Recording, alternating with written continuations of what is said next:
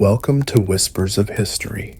Tonight we wander down a shadowed path under the hush of trees older than castles, their bark etched with secrets only lovers know. You walk slowly. There's no need to hurry in dreams like these. The air smells of moss and wood smoke. There near the crooked oak, you spot it, a heart carved deep, its edges worn by weather initials, tucked inside like a promise barely kept. Maybe it's yours, maybe it never was. In medieval times, when lovers weren't allowed to speak openly, the forest became the perfect accomplice. You couldn't trust servants or letters or your own heart if it beat too loudly in a cathedral. But the trees stayed silent. So you found a knife, maybe stolen from the kitchen, and carved a single mark just enough to say, I'm still here. So before you get comfortable, take a moment to like the video and subscribe, but only if you genuinely enjoy what I do here. And if you're still awake, post your location and what time it is where you are. Now dim the lights, maybe turn on a fan for that soft background hum, and let's ease into tonight's journey together. Your breath fogs the night air as you press your fingers against the bark. The wood is cold, but familiar, your mark is still there. She saw it last week, she smiled. That was enough. Some historians argue whether tree carvings like this were widespread acts of rebellion or merely teenage mischief, but those historians have clearly never had to sneak past a night's watch just to say, I miss you. You trace the outline again deeper now. Each pass of the blade sends a shiver through your chest, not from fear but anticipation. A bold letter, a heart, a secret number only she knows. No one else would think twice. That's the beauty. You could scrawl her name in the middle of town and no one would notice, because they don't know how you curl the R. They don't see that you always carve on the east-facing side of the tree, right where morning light hits first.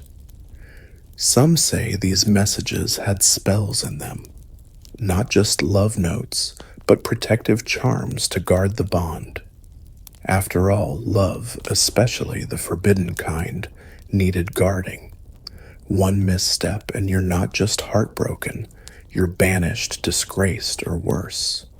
You probably won't survive this, honestly, but that's half the thrill. And there's the joke of it, love in the Middle Ages wasn't all flowery sonnets and chaste sighs. It was dirty boots, stolen minutes, and oak trees who never snitched.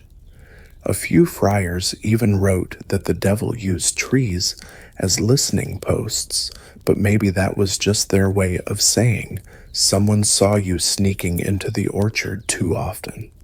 You wait. She'll come at dawn, fingers brushing the same mark, and maybe she'll bring her own blade, her own secret. Lovers in your time don't get war horses or feasts. They get bark and borrowed knives. It's better this way. By now, your hands are numb, but your heart is awake. You sit on the damp roots, hearing the hush of wind through the leaves like whispers passed between distant windows. You wonder if this tree remembers all the others, the girl who sang lullabies in Latin, the boy who promised to return before Lent. Some trees keep more secrets than priests. As you drift closer to sleep, the memory carves deeper than the blade ever did. The forest holds your secret, and in the soft rustling above you, almost hear her voice. Still here. You stand at the edge of the hall, trying to pretend you're fascinated by the stained glass saints, when really you're waiting for a linen square to flutter. The court is full of chatter, laughter, from nobles, the squeak of a jester's shoes, the muffled thump of a meat pie hitting the ground somewhere behind you, but all of that fades the moment she lifts her handkerchief. Just a flick, a fold, a single practiced drop. In this world of embroidered sleeves and unspoken rules, handkerchiefs are more than accessories. They're dispatches from a hidden front. You watch her fingers. Tonight, the corners knotted. Once, that means be careful. If she'd knotted it twice, you'd know it was safe to slip out to the orchard. If it had no knots, that would mean danger. That would mean her father is watching. No one talks about it, of course. Historians still argue whether handkerchief signaling was ever really codified or just a romantic projection by later writers. But you know the truth. You've lived it. These scraps of fabric carry more tension than a knight's crossbow. She walks by now, not meeting your eyes, her fingers brushing the back of your hand for less than a breath. The jester makes a bawdy joke just then, so everyone's laughing. No one notices your pulse skip like a pebble over water. You let out a breath. The message is clear tonight. After matins, the design on the handkerchief tells more. It's red and gold thread colors, forbidden to unmarried girls of her rank, but she wears them anyway. That red thread, it coils in the shape of a serpent, biting its own tail. Not subtle, but subtle enough. You once joked that these signals were just an excuse to sow something interesting. She didn't laugh. She said, "It's the only language they can't steal from us." She was right. Words can be copied letters intercepted, but no guard is going to arrest you for drying your eyes.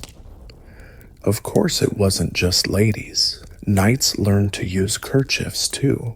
One story, possibly apocryphal, tells of a knight who tied a green ribbon around his wrist before every joust. No one knew it was her favorite color.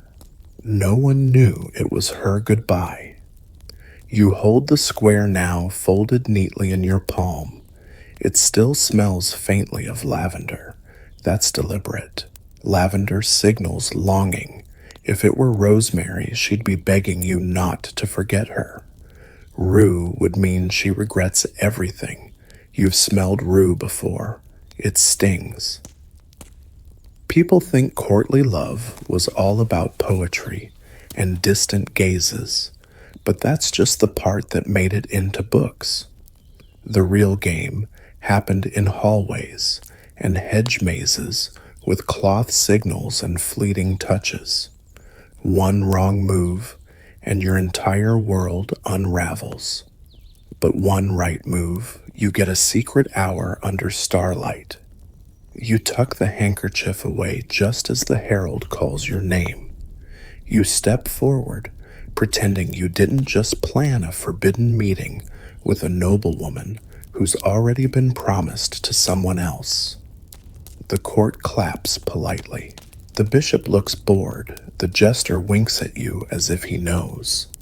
He might. No one else suspects, because in this world your tools are not swords or scrolls, but soft cloth, careful glances, and the risk that one day someone might catch you, drying your tears with the wrong thread. You bow, and as your eyes meet hers across the hall, you know she's already preparing tomorrow's message. Different color, different code, but the same dangerous love. You sit beside the hearth, fingers working the edge of a cuff, pretending to fix a loose thread. But you're not mending, you're sending. Because in this particular household, lace isn't just for beauty, it's for strategy. She'll see the knot if she's watching, and she always is. Lace knots seems innocent, doesn't it? One tiny twist, one loop longer than the others, tied not for tension, but for meaning. You knot it low on your sleeve, twice near the wrist, once near the elbow. That means I will pass the chapel door at dusk. She'll recognize it. She always does. Historians still argue whether these codes were part of a broader language or merely personal, intimate scripts. But in the echo of stone walls and prying servants, lovers had to invent their own dialects. Quiet, portable, washable. You remember the first time she sent one, a lace handkerchief folded into a square with a single thread fraying at one edge. No one else noticed, but to you it screamed, "I'm listening. I'm afraid. I want more." In truth, your entire romance could unravel if anyone ever bothered to count the loops. Tonight your lace is ivory with a fine silver border, an indulgence to be sure, but one she gifted you under the pretense of favor. Courtiers accepted it with teasing smiles, assuming it was some boyish crush. None of them knew that the pattern along the hem was her idea, her hands, her needle. Each arch mirrors the gate near the orchard. Each swirl a mirror of the carving inside your shared tree. Oh yes, we're back to that tree. Medieval lovers always circled back. You flex your arm slightly, angling your sleeve just so. Across the great hall, she's pouring wine into a goblet. Her fingers pause. Just for a second, a twitch in her thumb. That's your reply. Most people think the world of lace was a woman's domain. But in households like this one, even stable boys and washerwomen knew how to read a knot, or at least suspect it meant something dangerous. One wrong twist, and your intentions could be mistaken for a laundry instruction. But that's part of the thrill. There's a tale of a merchant's daughter who embroidered a secret into the cuffs of her betrothed's tunic. The stitching spelled out Latin verses, visible only when the cloth was reversed. It was meant to declare her love. Tragically, it was discovered by her future mother-in-law. The engagement was broken. The girl sent to a convent. The boy married someone else who never wore lace again. You finish the knot and tug your sleeve into place. It looks innocent, just a flourish of threadwork among many, but your heart's hammering like it's about to jump out of your chest. You feel like a spy, but gentler, softer, more absurd. And still, this might be the bravest thing you've done all week. There's a thrill in small acts, in not getting caught, in the idea that you and she have spun a world from string and silence, a secret realm held together by knots and glances and deep unspoken trust. The fire crackles, someone coughs behind you. You don't move. You simply straighten your sleeve and smile into the flickering glow, the lace catching light just long enough for her to see it shimmer. And then you rise, walk past the table, and let your sleeve brush hers as you pass. One final signal, soft as breath. Yes, I got your message. You hear the melody long before you see him. It drifts through the courtyard like warm smoke, harmless to most, but to you it's a whisper in your native tongue. The lute's rhythm is familiar. Too familiar. He's changed the final note of the refrain barely subtly. To anyone else, it's just another tune from a wandering minstrel, but for you, it means Tonight by the Stables. Songs in the Middle Ages weren't just for entertainment. They were vehicles, carriers of coded emotion. In an era where speech could be dangerous, melodies were safe at least to the untrained ear. But you've trained yours well. He plucks another note, watching the nobles nod along.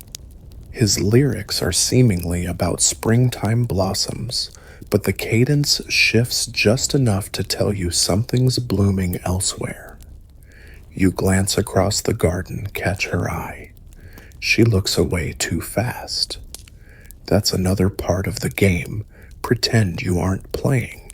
Historians still debate whether troubadours knowingly carried messages for lovers, or if they were simply tools used by the clever and desperate. But there's a reason so many of them mysteriously ended up with extra coin and less dental health. Loose tongues sang sweet songs, then got silenced. Tonight's tune includes a phrase from a poem only the two of you know. It's one he recited the night you first touched hands beneath the altar cloth, a line about roses blooming in the dark. That line, it's a flare, a beacon. I remember. Do you? You hum along, not too loud, just enough. And in that hum, you change one note yourself. A counter signal, a reply. He'll catch it. And so the song becomes a conversation, a medieval duet where every note holds tension and every verse is a leap of faith. There's a story passed among nuns, one that sounds too convenient to be true, of a novice who taught herself harp just to echo her beloved monk's melody from across the cloister wall. They played together for months without a single word. When the bishop investigated, they insisted it was divine inspiration. He made them play Ave Maria 20 times in a row. They never flinched. Of course, not at every musical message was romantic. Some were warnings, minor keys, quick tempos, or pauses that shouldn't be there. A shepherd's flute played thrice at dusk might say, "Don't come tonight. I'm watched." You lean against the garden wall, pretending to inspect the ivy, while the minstrel moves on. His final chord hangs in the air like a held breath. And then it ends. You make your way slowly back through the cloisters. A young squire nearly bumps into you. You nod. He bows, oblivious. Everyone is. That's the trick. This whole dance takes place beneath their noses. By the time you reach your chamber, the tune is still playing in your head. You whistle the phrase as you unlatch your window. Outside, the wind carries a faint echo, someone, somewhere, humming your reply. Maybe the world thinks you're alone. But tonight, as the stars rise, and the tune loops gently in your mind, you know better. You've never been less alone. By candlelight, the borrowed prayer book looks perfectly ordinary. Its cover is worn, its pages slightly curled at the edges. To the monk who lent it to you, it's nothing more than scripture. But as you turn to Psalm 91, you notice the faintest shimmer across the margin. You tilt the page toward the flame. There it is. Lemon juice. She's written you again. In the medieval world, paper was precious, ink even more so. But love always found a way. Invisible ink, often made from lemon juice, milk, or diluted honey water, became one of the safest tools in a lover's arsenal. After all, what monk is going to suspect foul play in the margins of the Psalms? You heat the page slightly, passing it close to the candle, careful not to scorch it. Slowly, the letters emerge, slanted, shaky, but unmistakable. I dreamed you came by water, the stables, midnight. Beneath that, a tiny sketch of a horse. Not art exactly, but unmistakably hers. Historians still debate how common invisible ink truly was in the Middle Ages.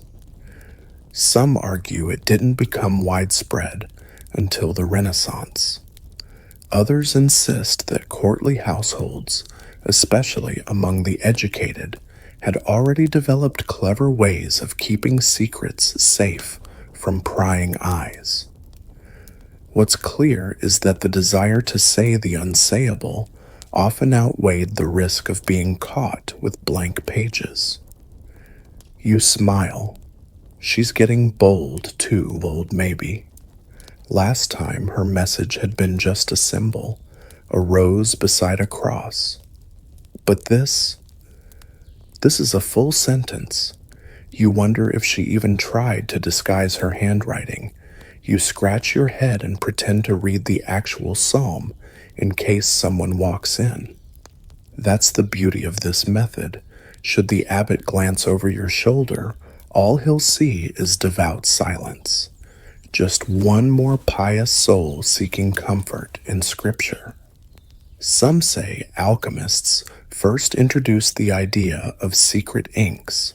Others blame court jesters, who ironically may have known more about subversion than anyone else. One story tells of a jester who sent love notes to a widowed queen by writing in goat's milk and hiding the pages in her herbarium. It worked for months until the milk turned and the pages began to stink. Not all chemistry is subtle. You slide your thumb along the margin of the page. The lemon scent is gone, but the message remains. You don't know how she managed to deliver it. Maybe through a servant. Maybe she placed it herself in the library, knowing you'd find it on your accidental stop. You remember the last time she used this method. The ink had faded too fast. You had to guess her meaning, and your guess was wrong. You showed up at the apothecary when she was actually in the bell tower. The result, 3 days of silence. 3 days of doubting everything. But tonight the message is clear. The stables. Midnight. You don't know what she's planning, but that's never really mattered. The joy is in the message itself, the proof that she still dares, still remembers, still waits.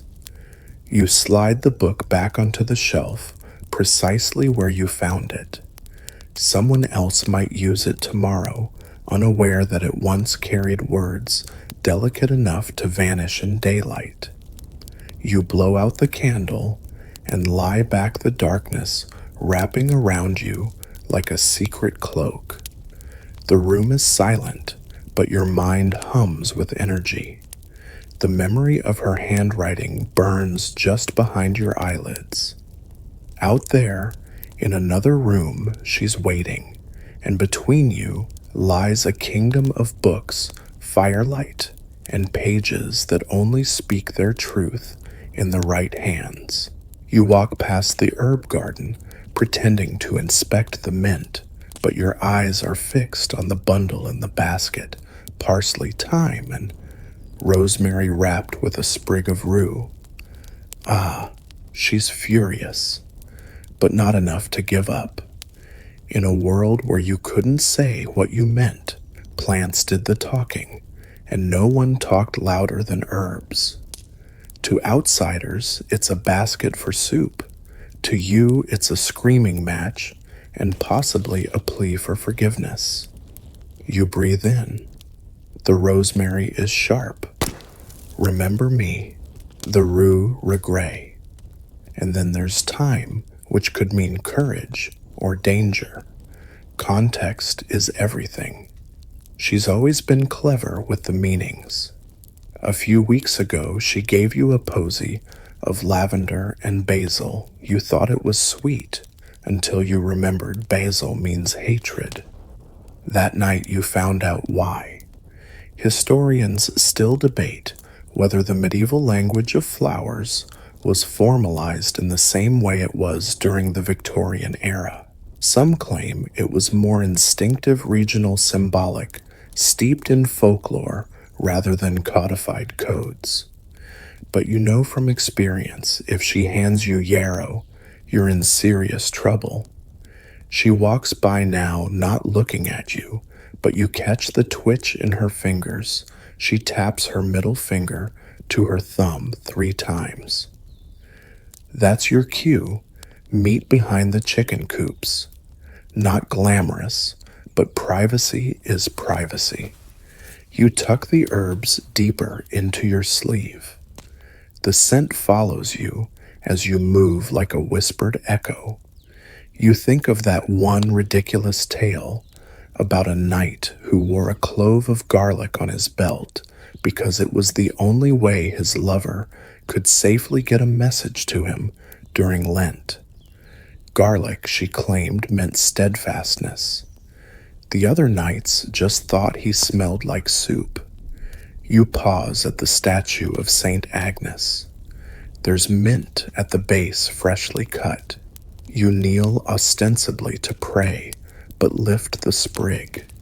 It's tied with blue thread. Her thread. She's layered the message now. Herbs and colors. Blue means hope, or maybe faithfulness.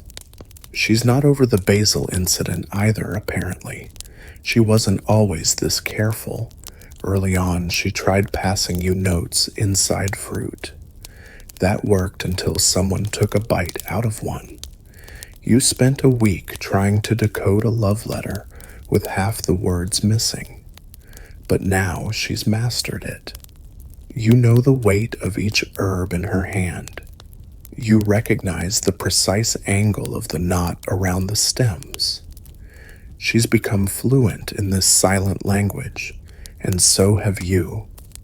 There's something absurdly romantic about hiding emotion in soup ingredients.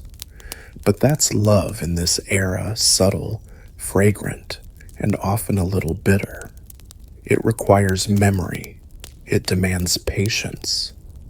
If you forget what rue stands for, you'll walk into a meeting thinking you're forgiven when you're actually about to be slapped with a glove. And yet you wouldn't trade it. The risk, the complexity it makes each encounter feel like something out of myth.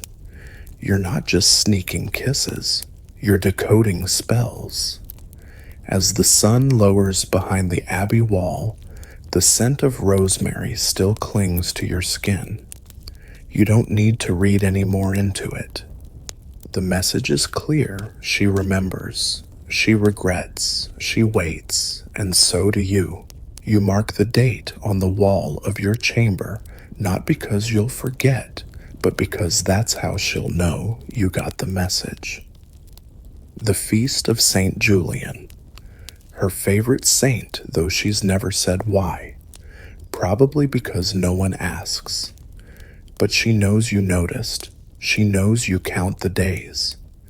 In a world where speaking too openly could cost you your place, or worse, shared saints became a quiet language, all their own.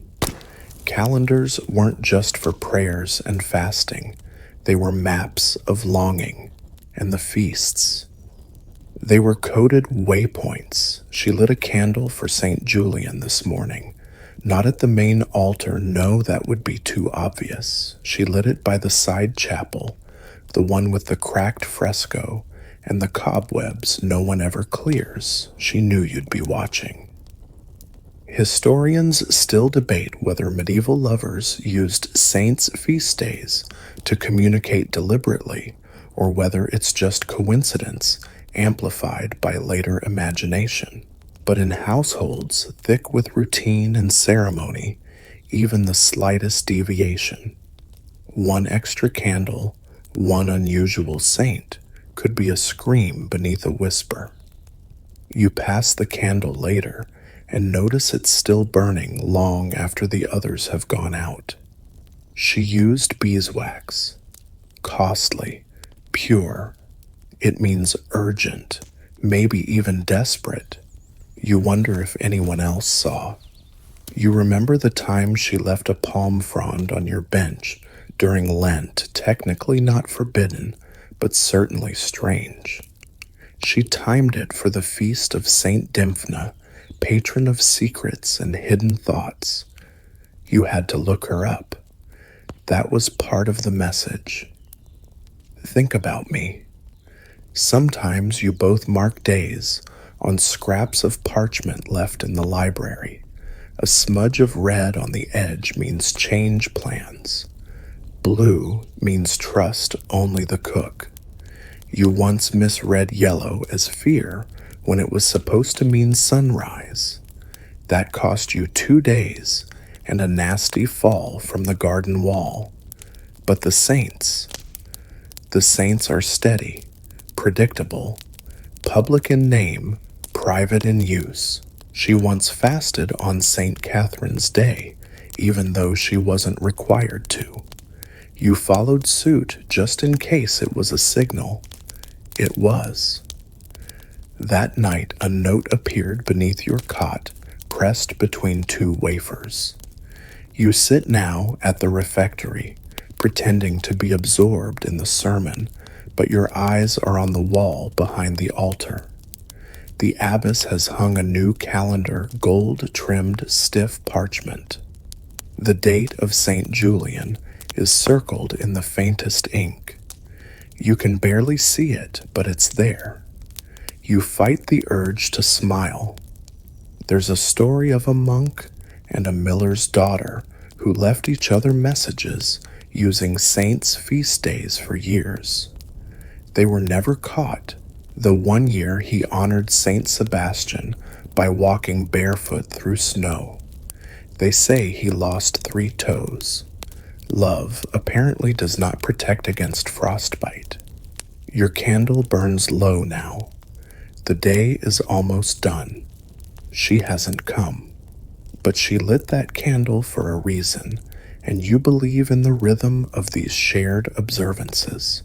Maybe she's delayed. Maybe she's scared, or maybe she's already here watching, waiting for you to light yours. And so you do, 1 candle, beeswax, small flame, set near St. Julian, where yours and hers can flicker together just long enough to mean everything. You watch the scribe's quill dance across the parchment, slow and deliberate, forming yet another safe, sacred line of Latin.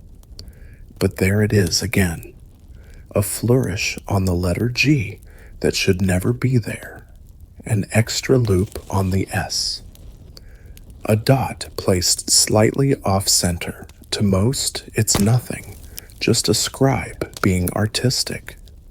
But to you, it's a letter, a real one, hidden inside a copy of Deuteronomy.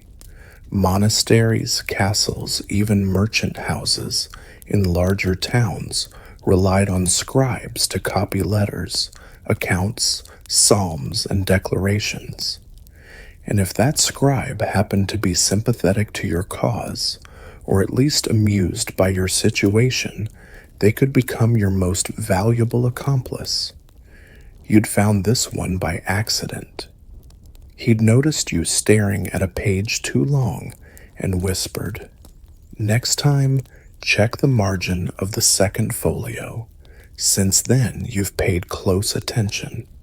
And he's been a loyal little loophole ever since. Historians still argue whether scribes actively participated in romantic correspondences, or if this was rare mischief among bored monks. Some say it was purely clerical error, but if these were errors, they were suspiciously poetic ones. No one miscopies the phrase, "come to the tower at midnight" by accident. Today's message is subtle. The word Gloria has been styled unusually with a tall flourish on the L and a curved tail that swoops into the margin. That's her signal. She's still listening. She's still brave. The scribe catches your eye and shrugs the universal medieval gesture for "don't get me flogged." You nod in thanks and slide the scroll into your satchel, your heart thudding in your ribs like a wild creature. She used this method when letters got too risky. Once, a servant intercepted a note tucked in her shoe and read it aloud in front of her father. He thought it was a hymn. It wasn't. He wept. She didn't explain, so now it's glyphs and flair. She works with the scribe, slipping him coin or compliments, whichever buys his loyalty longer. You suspect he's more romantic than he lets on. He once slipped in a full couplet that wasn't hers. Where parchment fails, let longing live in the curve of every line. Not bad for a man who bathes once a month. You unfold a different scroll, now one she marked last week. You missed it at the time, but now you see the code, certain words emphasized by exaggerated curves. Sanctus, laterna, vigil, all words she used when describing the hidden garden alcove near the West Chapel. She's guiding you. Again, you take out your own parchment and pen, but you don't write a reply. Instead, you carefully replicate the same curls, the same spacing. You're preparing your response not in words, but in shapes. The next scroll that reaches her, perhaps one, about abbey donations or a shipment of candlesticks, will say, "I'll be there."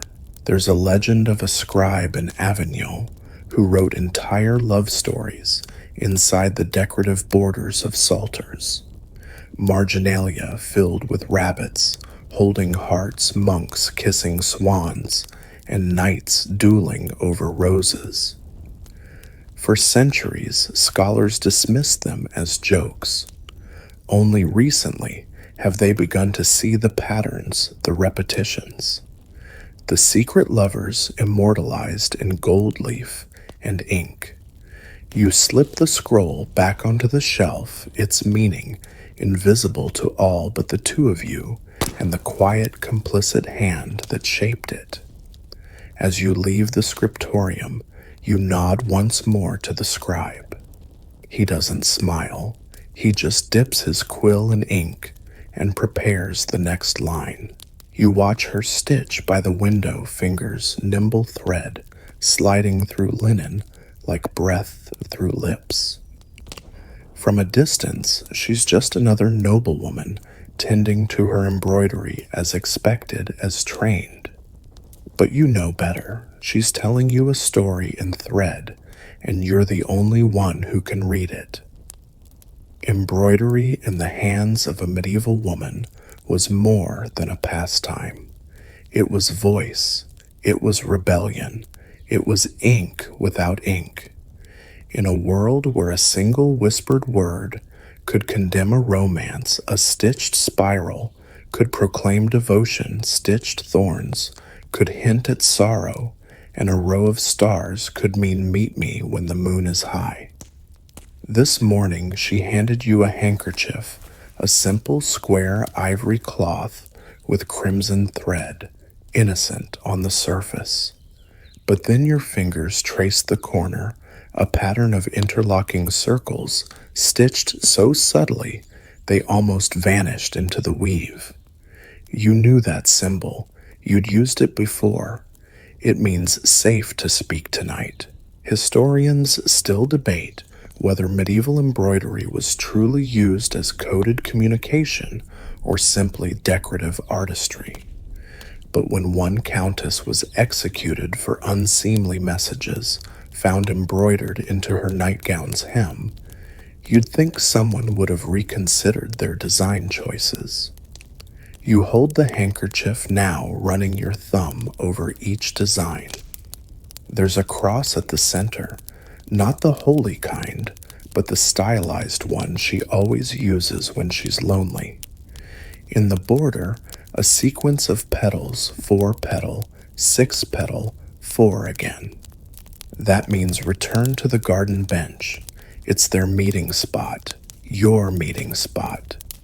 You recall the story of the lace maker in Bruges who smuggled forbidden letters to a cloistered nun by stitching them into ecclesiastical robes. The abbot praised her work for its heavenly elegance. He never noticed the Latin love poem curled into the sleeve hem. Your message to her, it's a glove, plain wool on the outside, but the inside cuff has a stitched daisy in gold thread. A daisy in her language means I wait no matter how long. She'll feel it when she slips it on. No one else ever will. Back in the hall, you find her stitching again, this time a pillowcase for her cousin's wedding, or so she says. But you notice the pattern along the edge isn't roses or lilies. It's doves flying east, always east. You feel the breath catch in your throat. That's not a wedding wish.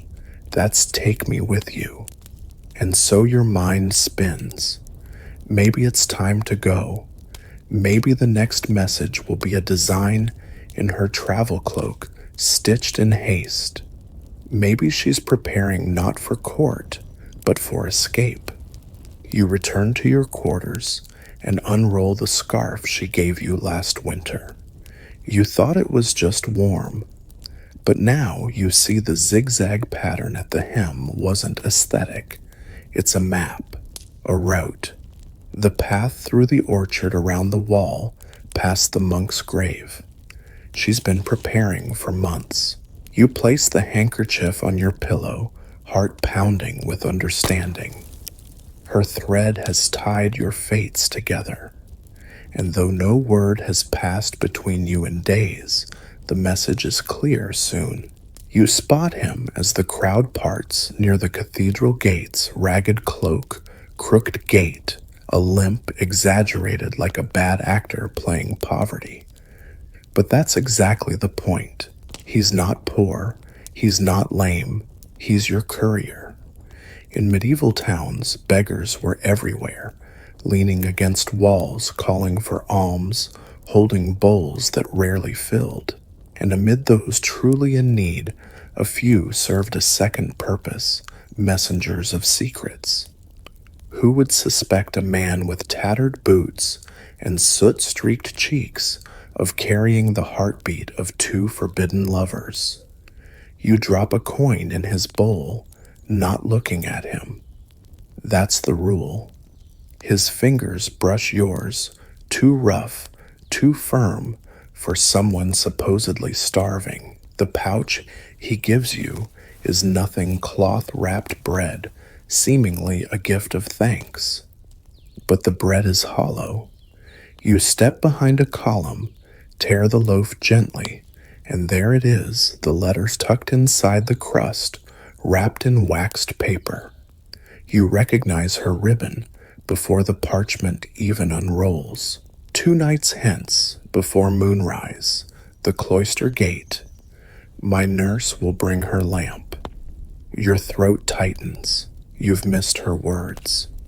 Historians still argue how widespread this method was, whether beggars were truly used for such missions, or if this is a romanticized myth passed down through troubadour songs.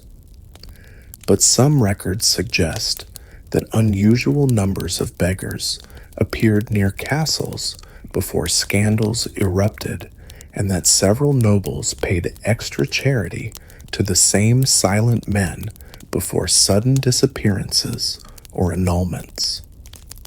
Coincidence? Maybe, but not to you, your own messenger, known only as Old Bram, has worked your circuit for months. She found him first, probably in the town square, near the fish stalls. Said he reminded her of an old uncle, though you suspect she just admired his talent for playing pitiful. He once hid a reply in a candle, melted, reshaped, and delivered as a votive offering. You burned it too quickly, panicked, and missed half the message. He scolded you in grunts and elbow jabs. Since then, you've taken your time. Bram shuffles away now, bowing to another noblewoman who tosses him a copper. She doesn't know he just carried your entire world in a loaf of bread. He's already whistling off-key, harmless. Free, you wonder what he thinks of you both. If he reads the notes, if he roots for your union, or finds it all tedious. You once tried to thank him with more coin. He stared at you dead-eyed and muttered, "I'm already paid." Then he laughed for a full minute, like he'd told the best joke in Europe. Maybe he had. There's an old tale of a woman who disguised herself as a beggar to slip into a fortress and deliver one last kiss to a captured knight. No one noticed until morning, when the guards found the man gone, the ropes cut, and the beggar woman's rags folded neatly on his bunk. They say the two escaped to the coast and lived in a cave. You doubt that last part, but you love the story. You head home by the alleys, the message still warm from the bread. You won't eat tonight. Not out of worry, but out of wonder. How did she find you? How did this system of glances, pouches, and footpaths evolve into something so elegant? You know the answer. It's love, or madness, or both. And as the bells toll the evening hour, you picture her at her window, the light behind her dim, her nurse just a shadow with a lamp in hand. 2 nights you'll be there. The smell of baking bread drifts up from the kitchen, warm and honest. You move slowly, casually, as if simply wandering, but you know exactly what you're looking for. On the second shelf, wrapped in linen and set slightly apart from the others, is the loaf. To anyone else, it's just one of dozens, brown crust, slightly lumpy, probably shaped by the apprentice baker. But you know the signs. The top has been scored with 2 slashes and a cross, not the usual kitchen marks, but her code. And the shape is just a little off. That's because the middle is hollow. You slip it into your satchel without a word, giving the cook a polite nod. She scowls. She always scowls. Perfect. Back in your chamber, you tear into it. Gently, deliberately. The crust flakes apart to reveal the soft center, and inside, nestled in a waxed pouch, is her letter. The bell will toll twice. After the second ring, go to the stables. I've told the guard you're inspecting the saddles. The handwriting is rushed, but unmistakably hers. She still loops her RS too high. The bread trick is one of your oldest methods. It started as a joke, something she read in a tale of soldiers smuggling coins during a siege. But over time it became your most reliable means of communication. No one suspects the kitchen. The kitchen is chaos heat and flour-dusted gossip. It's the last place anyone looks for conspiracy. Historians rarely discuss food as a vehicle for romance, but there are records scattered obscure of messages passed in cheese wheels, dried apples, even hollowed-out onions. A French courtier once smuggled a tiny portrait inside a fig. It fermented. His lover fainted from the smell. Still, it was the thought that counted. You run your finger along the edge of her note, the paper still slightly damp from steam. The intimacy of it hits you hard, Not just the words, but the knowledge that she touched this, that she wrapped it herself, that she placed it in dough and folded it like a secret prayer. The first time she tried it, the bread baked too long. The message burned. You both wept quietly in different rooms.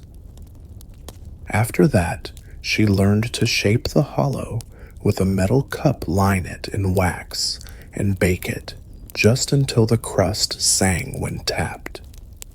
You saved that first ruined letter. It's little more than blackened ash and wishful ink now, but it's still tucked into your trunk between the pages of a book no one ever opens. Tonight, the loaf was perfect. You light a candle and read her words again. She's bold now, brazen even, telling the guard you're inspecting saddles. She's gambling, but you trust her. She knows every servant's schedule, every creak in the floorboards. Her world is a map of footfalls and whispered excuses. There's a legend of a nun who baked tiny keys into loaves for a man imprisoned in the monastery cellar. Every day a new loaf. Every day another tool. It took a month, but he escaped. They were never seen again. Some say they became bakers on the coast, selling buns with suspiciously hollow centers. You smile, not because you believe the story, but because you want to. You fold the note and slide it under your pillow. The bread. You eat it, slowly, reverently. You chew each bite like a vow. It's nothing special, slightly overdone, a little yeasty, but it's hers, and that makes it enough. As the moon rises, you prepare to sneak out again. You'll walk past guards, nodding politely. You'll check the stables and feign concern about the leather. You'll speak to no one, because she already said everything in flour, fire, and crust. The torches crackle as the masquerade begins, flames flickering across polished stone and powdered cheeks. Laughter echoes through the great hall. Lutes play in the gallery. Velvet rustles like whispered promises. You tighten your mask, adjust your fool's cap, and step into the chaos. Every step precisely choreographed, every grin a lie. You're not here to entertain. You're here to speak in riddles, to dance your message across the floorboards. Tonight, you are the fool. Jangling bells, exaggerated steps, a painted-on smile. No one suspects the fool. No one watches the fool closely enough to see the truth that your jig follows a pattern known only to her. This is the most dangerous message you've ever tried to send. Courtly masks were standard entertainment in high medieval society. Elaborate costumes, symbolic roles, and dancers portraying allegories of virtue and vice. Historians often describe them as political theater, but some suspect that these performances carried double meanings, especially when lovers were involved. You've practiced for days, the way your left foot taps twice and spins. That means yes. When you bow low with your hand on your chest, it means I forgive you, and the final flourish. The leap near the dais. That one is meet me at the rose gate when the music ends. She watches from the gallery, face hidden behind a silver mask shaped like the moon. Her dress is pale blue, a signal if you're reading her correctly. It's safe tonight. She sips from a goblet and turns away just before you hit the mark, so no one sees her hand drift to her sleeve, tugging once at the seam. That tug. That's the reply. She'll be there. You dance harder. Now bells rattling with each step. The crowd loves you. A few ladies applaud. A barren son furrows wine at your feet. You laugh loud, exaggerated. But your mind is focused entirely on the moment 3 songs from now, when the dancers switch roles and the fool is killed in jest. That's when you'll slip out. When everyone's watching the masked devil stab you with a wooden sword, you'll drop like a stone roll beneath the table and vanish. You recall the tale of a nobleman who played death in a mask and used the skull mask to hide letters, tiny folded squares tucked into the hollow eye sockets. No one ever suspected death had secrets to deliver. No one ever suspects death of romance. You make eye contact again. Just a flash. Her mask tilts slightly, acknowledging your last signal, a spin where none was choreographed. You added it just for her, and she caught it. Historians will never agree on whether court masks were truly subversive. Too little survives. But the dance master's notes in the margins sometimes bear strange annotations. Heartleap here, kiss buried in gesture, 3 steps equals letter. You wonder if anyone else ever deciphered what those meant. The music swells. You perform your final turn. The wooden sword pierces your side. You drop. The hall erupts with laughter, and you roll smoothly into the shadows. Moments later, you're gone from the stage. The crowd doesn't notice. They rarely do. The fool is forgotten. But behind the rose gate in the hush beyond the garden wall, she waits. And when she sees you approach, still panting the paint on your face, smudged with sweat, she doesn't speak. She just reaches out, tugs at your sleeve, and smiles.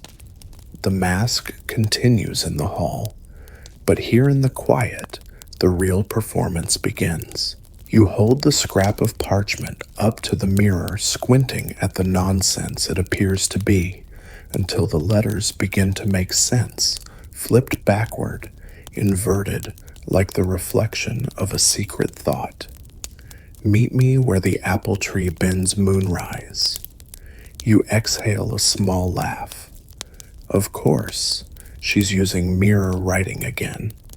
In a world where surveillance could come in the form of nuns, servants, or chatty siblings, even a letter wasn't safe. So she wrote backwards, left to right, reversed.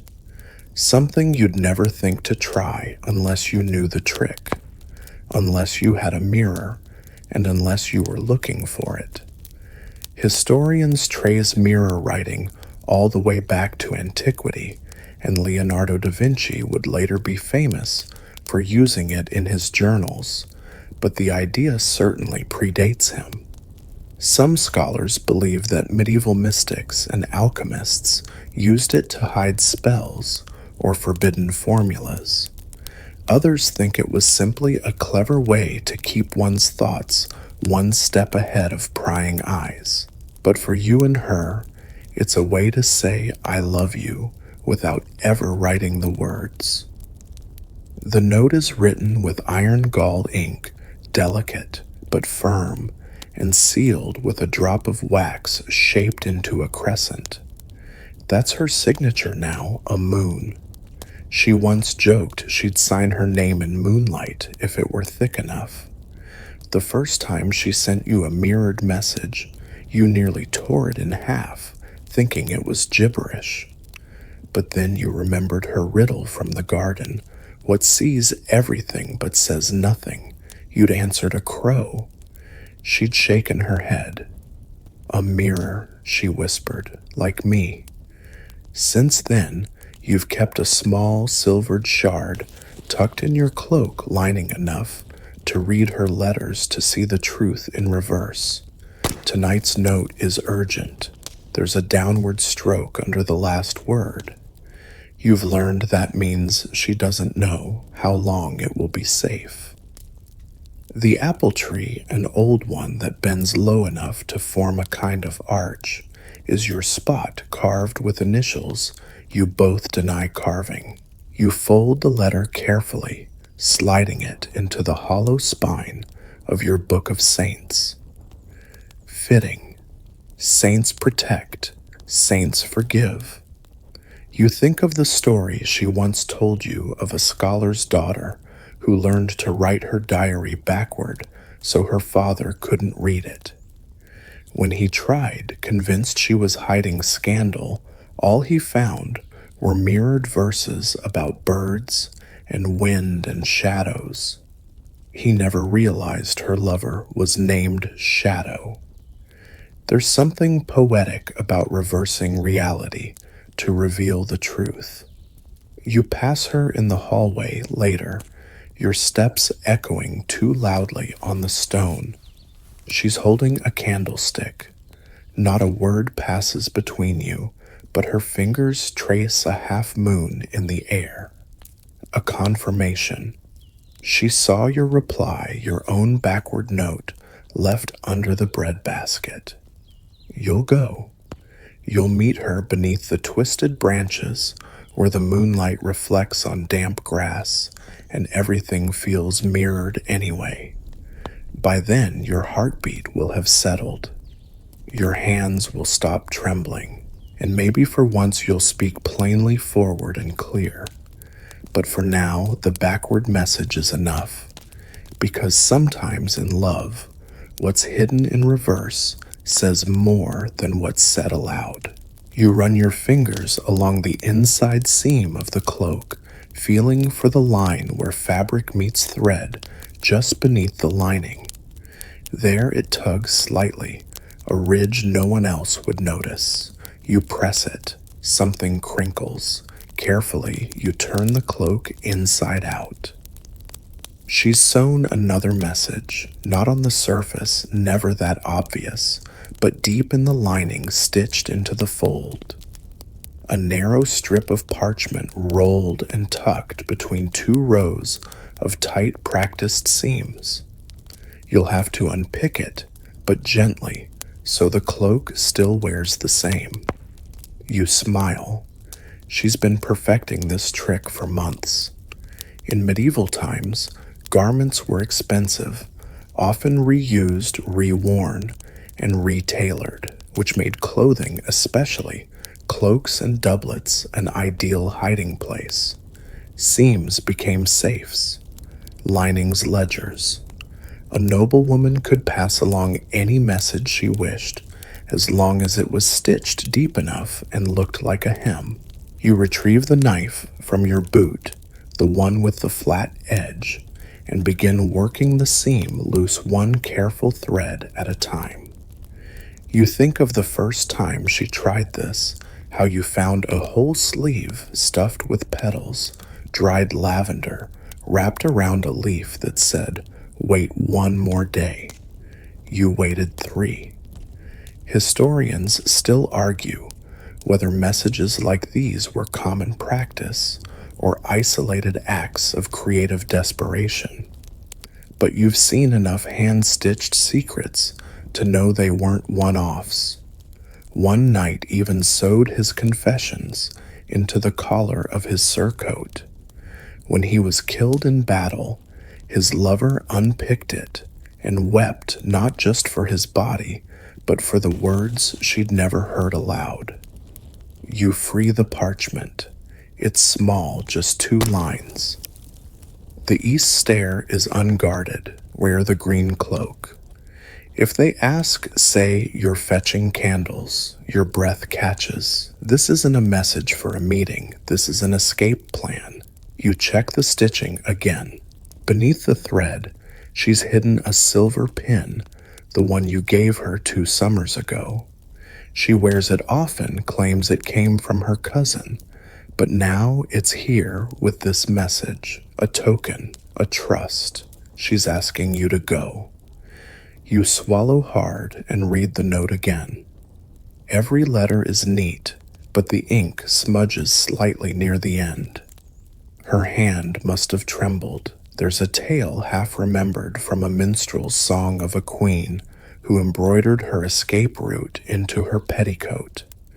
She stitched trees where there were woods, waves where there were streams, and stars where the guards changed shift. When she disappeared, they searched for days. They never found her, but the song says her petticoat ended up in a merchant's stall, sold to a girl who thought the waves were just decoration. You refold the note and slip it inside your own sleeve.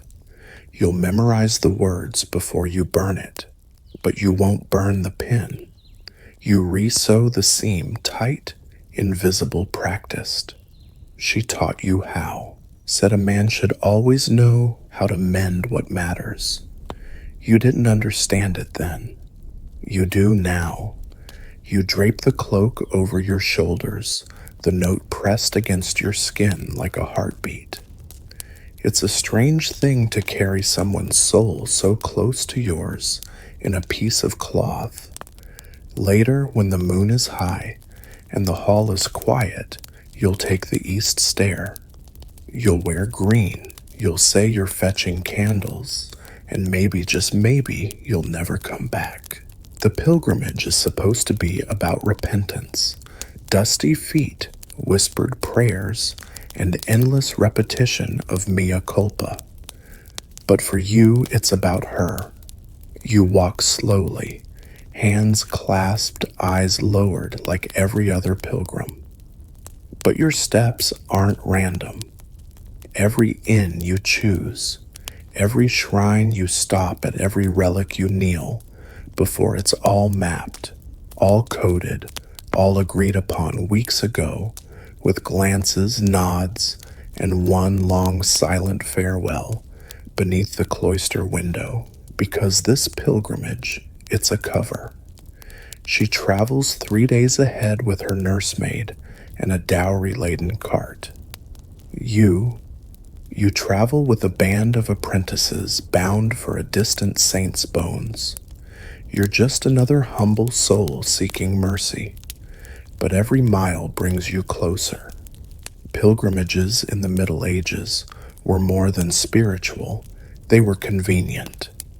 A reason to leave home, to travel unsupervised, to send letters from obscure towns. Historians admit that while many pilgrims were devout, just as many had parallel motives. At the last chapel, you lit a candle for St. Elmo, not your usual choice, but she knows it means I am near. The priest blessed your coin. He doesn't know it was her coin rubbed warm by her hands before she slipped it into your satchel weeks ago. 3 towns back, someone handed you a token, a worn wooden medallion with a carved heart on one side. You gave the courier no money, just a nod. He said it was from a lady in white. You knew instantly. She once joked that your love could span the Camino. You thought she was being poetic, but now you realize that she was planning. In your pouch, you carry a list of saints whose names begin with specific letters ERL, the initials of your secret meeting places. One scholar, perhaps too obsessed, once proposed that medieval couples used saint calendars as a form of rendezvous encryption. Others laughed, but you don't. You're living the theory. Tonight you'll stay at an abbey known for its healing spring. Tomorrow she'll stop at the same. Neither of you will speak of it aloud, but she'll leave her ribbon tied around the 3rd post of the shrine fence, and you'll leave a sprig of mint behind the altar. Tokens passing through space like moonlight on water. You think of a tale told among friars of 2 pilgrims who met each year at a different holy site. Always apart in public, always one shrine apart. But their route was their letter, their walking stick notches, Their sandal wear, their candle choices, every detail was part of a silent novel that took years to unfold. You reach into your cloak and find the page she tore from her missal, its worn corners soft, but the ink still reads clearly. Blessed are the pure of heart. She circled pure, underlined heart. A message, maybe even a question. You haven't answered yet. As you sleep tonight on straw beside the fire, the sky thick with stars and sandal blisters pulsing on your feet, you will dream of her nearing step. You will hear her voice in the call of the distant bell. Pilgrimage is movement, but this one, it's a long curved line toward the one soul who knows your silence better than your speech. And tomorrow at the shrine, maybe, just maybe your hands will brush again, reaching for the same coin bowl. No one will notice, but your entire world will turn on that moment. You sit at the long banquet table, the smell of roasted goose thick in the air, goblets clinking with each exaggerated laugh. Nobles chat idly about harvests and politics, while servants refill trenchers with yesterday's bread shaped to look like today's wealth. But you're watching her blink, just once, then twice, then once more. That rhythm, that pattern, that code, the wink and blink game, seemingly foolish, but entirely deliberate. She turns her gaze away now, staring at a tapestry as though lost in thought.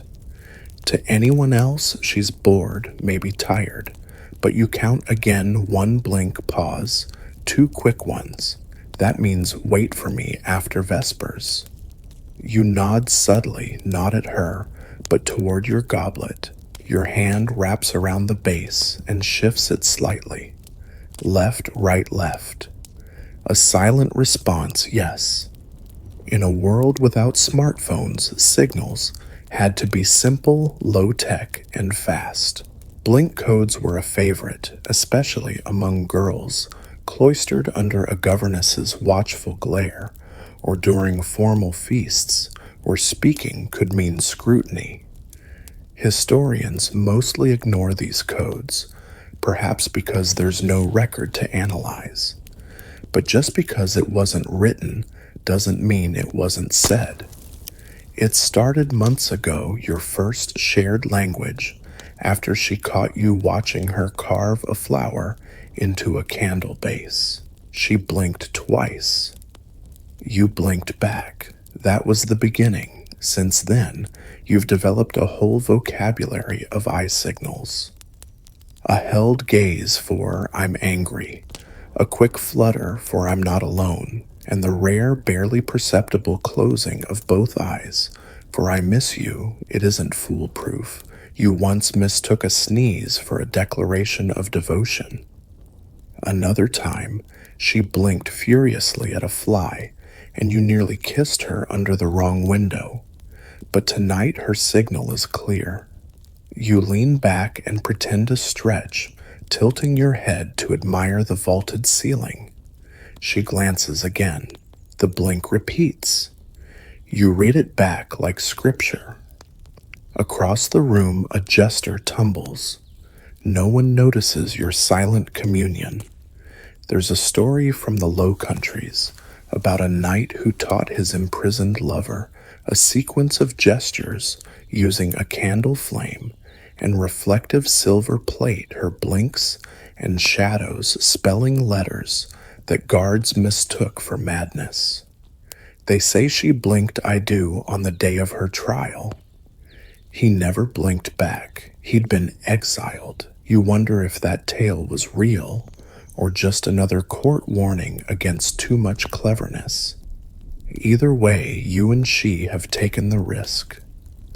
The table clears slowly. Guests trickle out. She exits with her made face unreadable, but as she passes your chair, She lets her hand drift over the edge, tapping her index finger twice on the wood. A final flourish you weren't imagining it. Later, after Vespers, you'll walk the cloister path.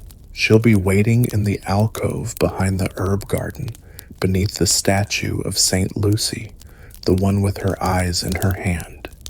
Fitting, you think, because lately your eyes have said everything your lips cannot, and she's heard it all. You brush your hand across the tapestry as though admiring the weave, but you're not here for the craftsmanship. You're here for the rabbit. Not the real kind this one's embroidered, nestled among vines and flowers, near the edge where no one ever looks. To anyone else, it's just part of the design, whimsical and sweet. But you know different. That rabbit is hers. Her mark. Her message. She always hides them in plain sight.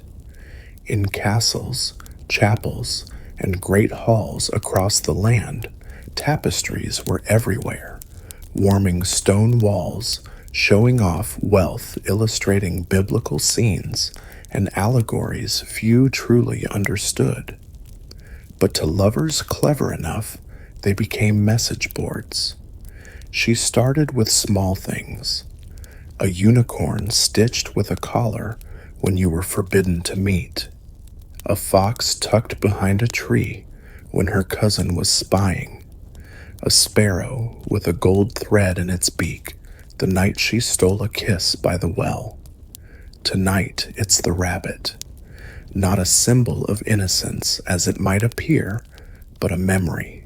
The first time you met in the garden, a rabbit had darted between your feet and made her laugh in that breathless, nose-crinkled way she rarely lets anyone see. The thread she used this time is slightly brighter, its shape subtly different from the others around it. If you trace the rabbit's path along the border, following its curve and the leaf patterns in sequence, it guides you straight to a rose. That rose is stitched upside down, which means danger nearby. Wait until the bell tolls twice. Historians still argue whether tapestries ever carried hidden meanings, or if this is pure romantic fiction, something bored scholars project onto needlework and whimsy. But you know the effort it takes to stitch a symbol backwards. You know the pain she hides in each perfect loop. The room fills with chatter as noble guests admire the centerpiece, a lion fighting a serpent. But your eyes are elsewhere on the margins, where her true words live.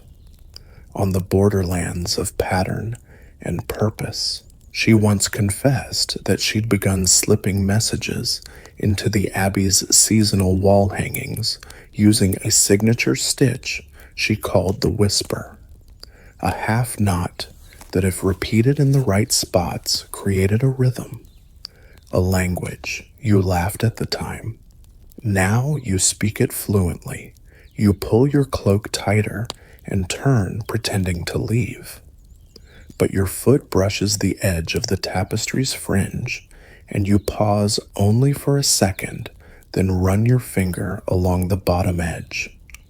There, a single gold thread shaped like a crescent, her final mark for the day.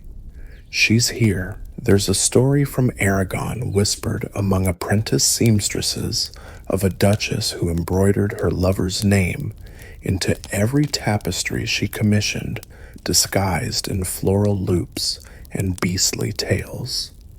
It was discovered years later after her death, when a fire stripped the walls and the pattern repeated too clearly to ignore. Her children, scandalized, burned the lot. But the story, it stayed.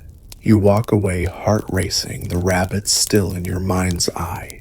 You'll wait until the bells toll. You'll circle past the chapel, then down to the lower courtyard. She'll be there. Or not.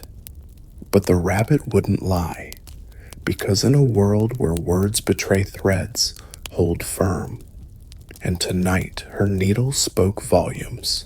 You freeze beneath the bell tower, eyes on the chapel above, ears straining through the silence.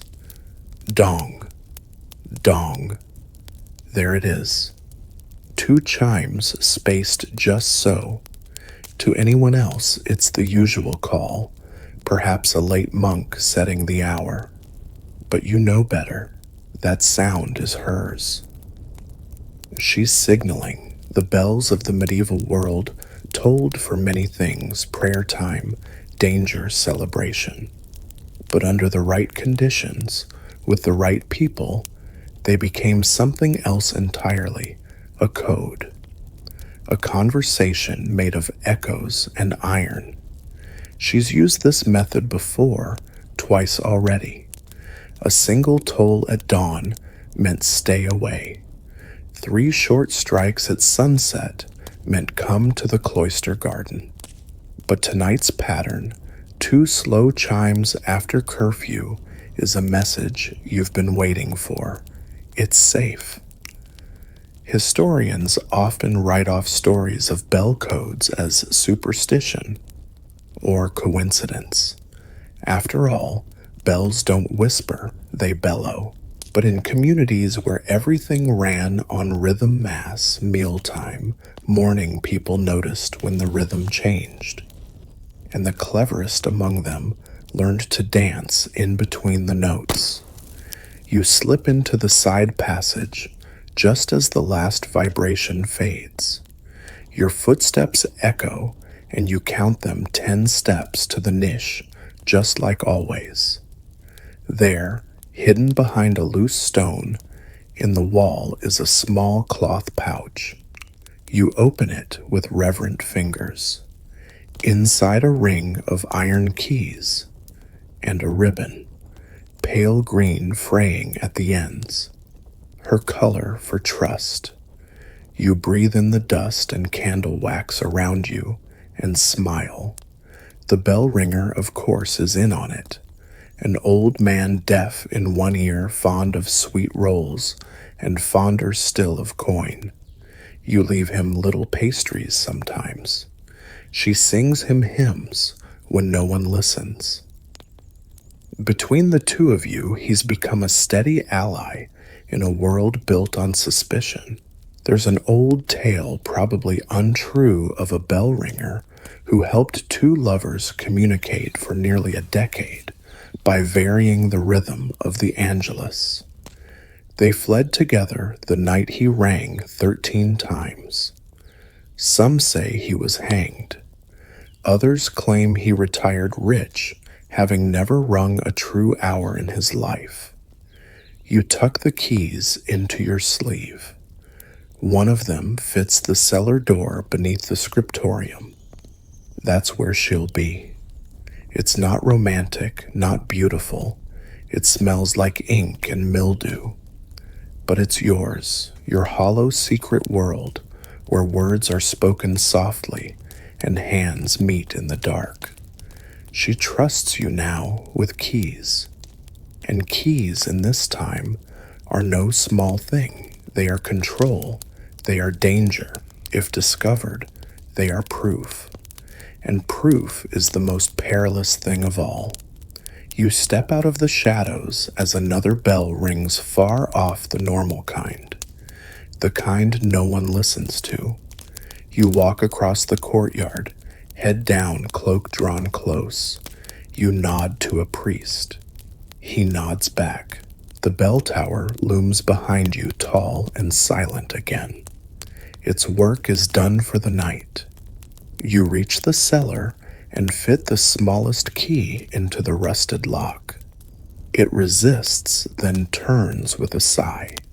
The door creaks open, and there she is, lantern in hand, ribbon in her hair, and a smile that rings louder than any bell. You sit across from him, the chessboard between you gleaming in the candlelight. He moves his pawn forward 2 spaces. Innocent enough, but not to you. That pawn is a message. In this little corner of the abbey, far from prying eyes, your lover speaks in rooks and knights and well-timed sacrifices.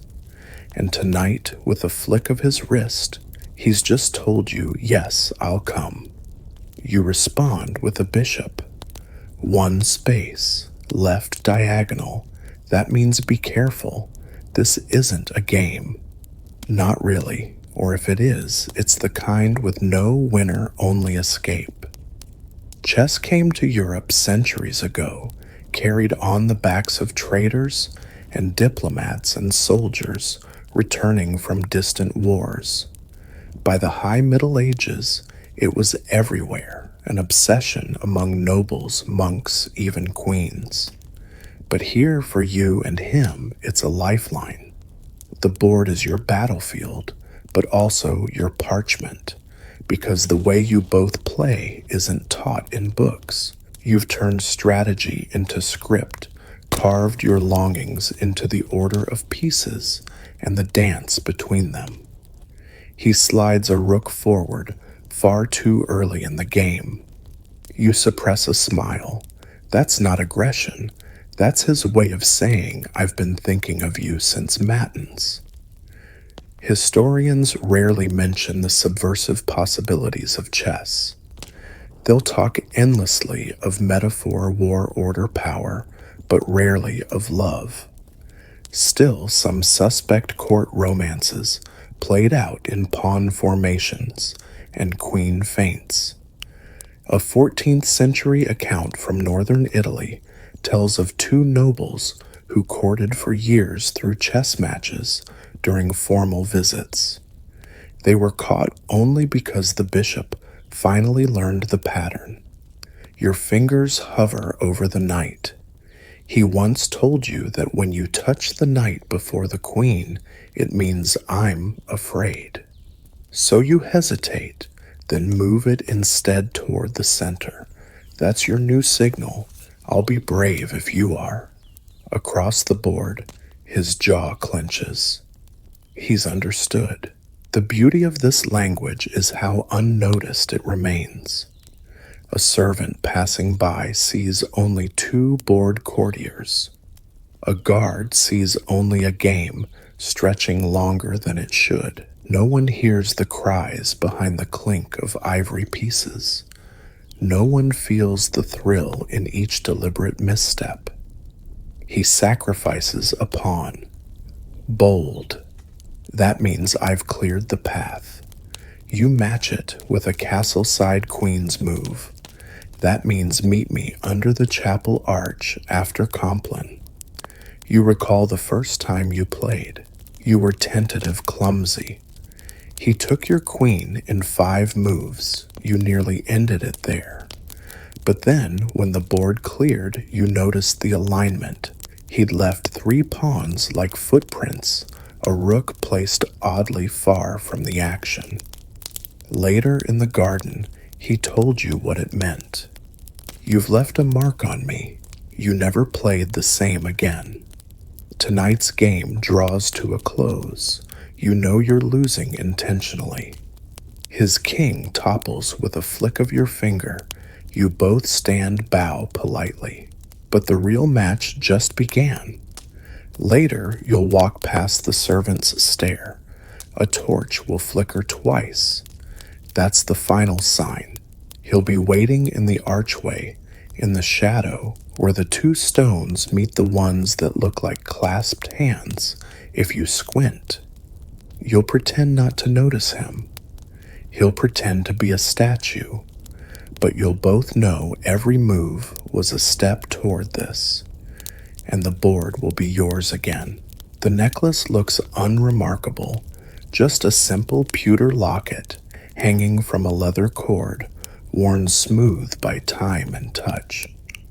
You've seen dozens like it passed between merchants, tucked into dowries sold in market stalls for a handful of coin. But this one clicks open with a soft snap and holds a folded note inside, no wider than your thumb. You read it quickly, fingers trembling. Tonight, same place. The key is in the herb jar. Burn this. You press the lid shut and tuck the locket beneath your tunic. You'll burn the note, of course. You always do. But you'll remember every word. Concealed compartments were a quiet miracle in an age with so few hiding places. A lover's words could not live on open parchment. They had to be tucked into the world's overlooked corners, hollow rings, double-seamed pouches, or like this, a locket no one would think twice about. Jewelry with secrets wasn't entirely uncommon in the Middle Ages. Some pieces even survive rings with spinning bezels pendants that open into tiny buckles with false bottoms.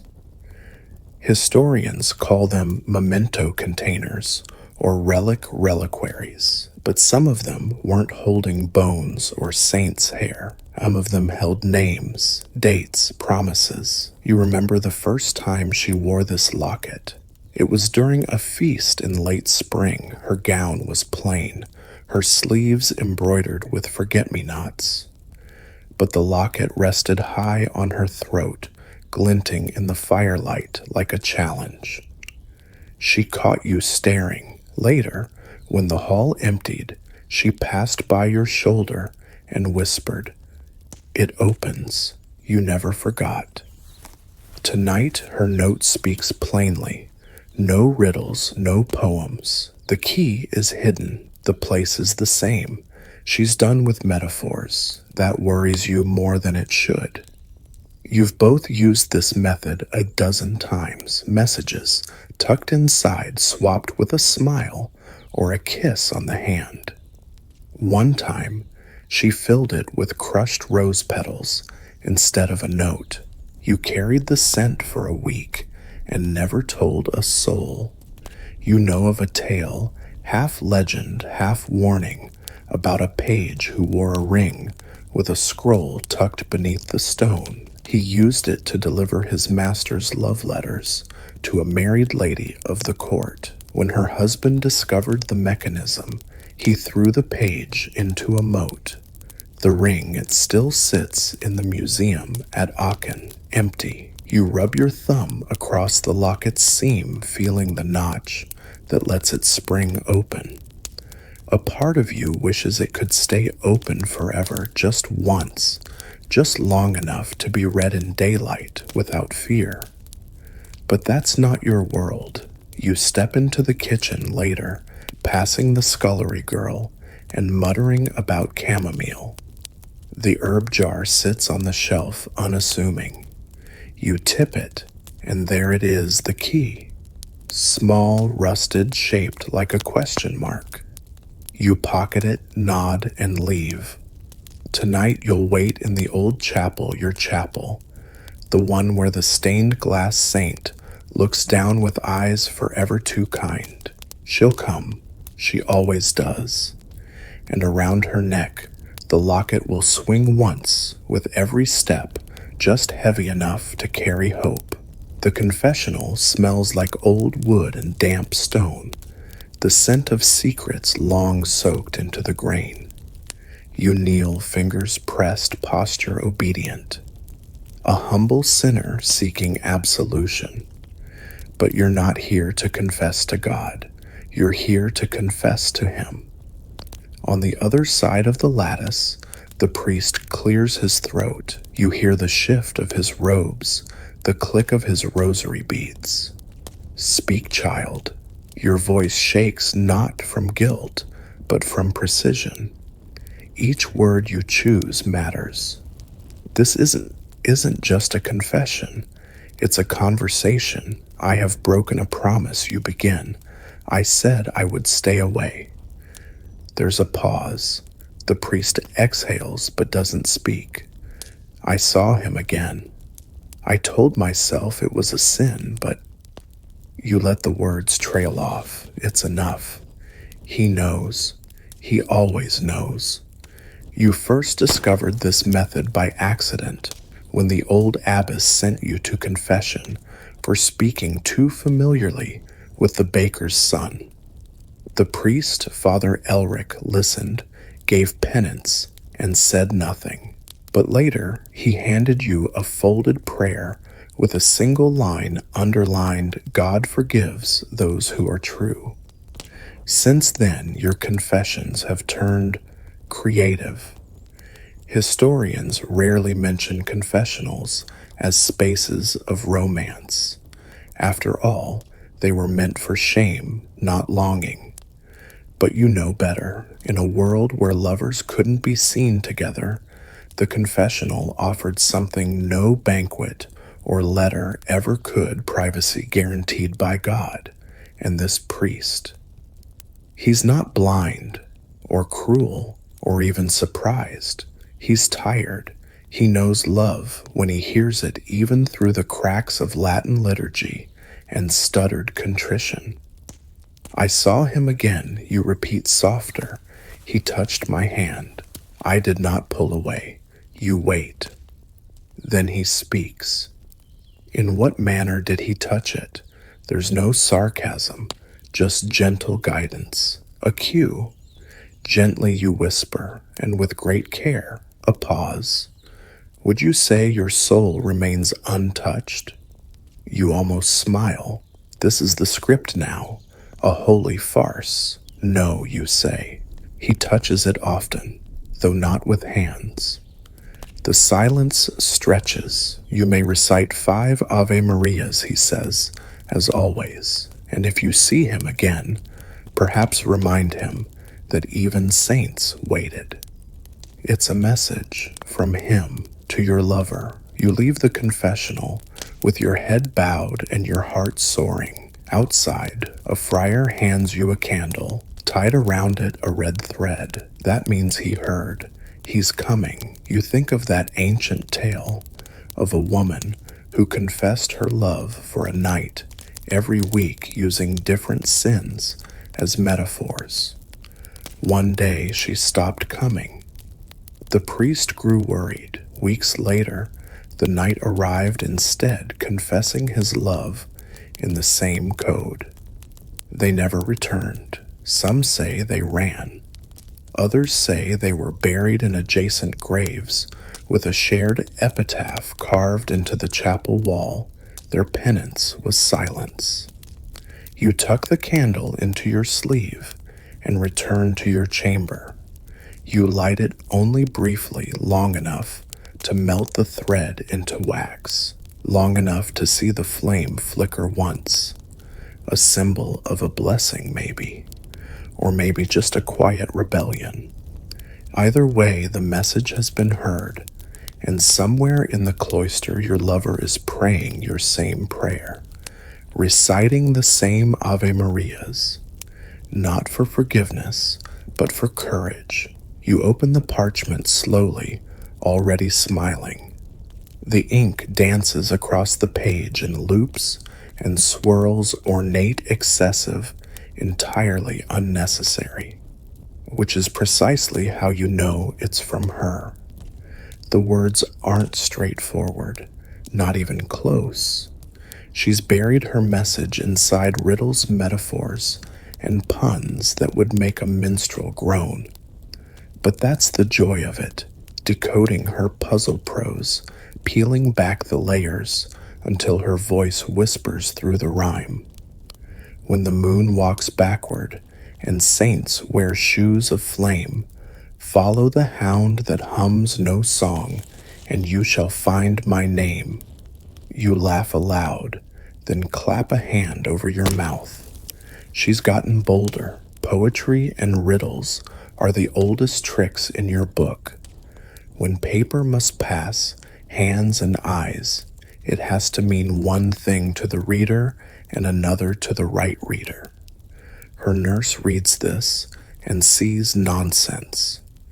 You read it and see a meeting at the Moon Gate near the red-stained statue of Saint Erasmus, just as the bell tolls 7. The hound that hums no song, that's the statue of the lion near the well, mute, toothless, beloved by children, feared by pigeons. Historians acknowledge that riddles were a common part of medieval courtship, especially among the educated. But the line between literary flirtation and encrypted communication is harder to draw. Some still argue whether certain love poems in 13th century collections were codes for real meetings or just a harmless wit. You've no doubt. Her riddles are always precise, teasing, tender, terrifying. You remember one that read, "I wear no crown but guard a queen. I drink the rain but never weep." It referred to the ivy-covered wall behind the herb garden where you first kissed, and the pun-laced letters. Those are her favorite. Once she sent you a note filled with odd phrases about bees, and every line ended in honey. It took you hours to realize it was her way of saying, "I long for you." You still blush remembering it. Today's letter is especially bold. She's hidden the word "come" 3 times in the first stanza, once as part of become, once disguised and comely, and once hidden in the spacing between co and me. It's a map with syllables instead of streets. You pull out your quill and begin your reply. Carefully, you mimic her style, using words with double meanings, alliteration, and false trails. You write, "Where shadows speak in silver tongues, and ivy bites the stone, I'll wait where water never runs, and pray you walk alone." It's romantic, cryptic, and importantly, utterly meaningless to anyone else. You seal the letter with your signet ring, pressing wax hard enough to hide the seams. She'll receive it through the laundress, who thinks she's delivering prayers. She'll read it under the pretense of cataloging linens. You think of the tale of a French nun who composed entire love sonnets to her forbidden suitor, framing each one as a prayer to Saint Cecilia.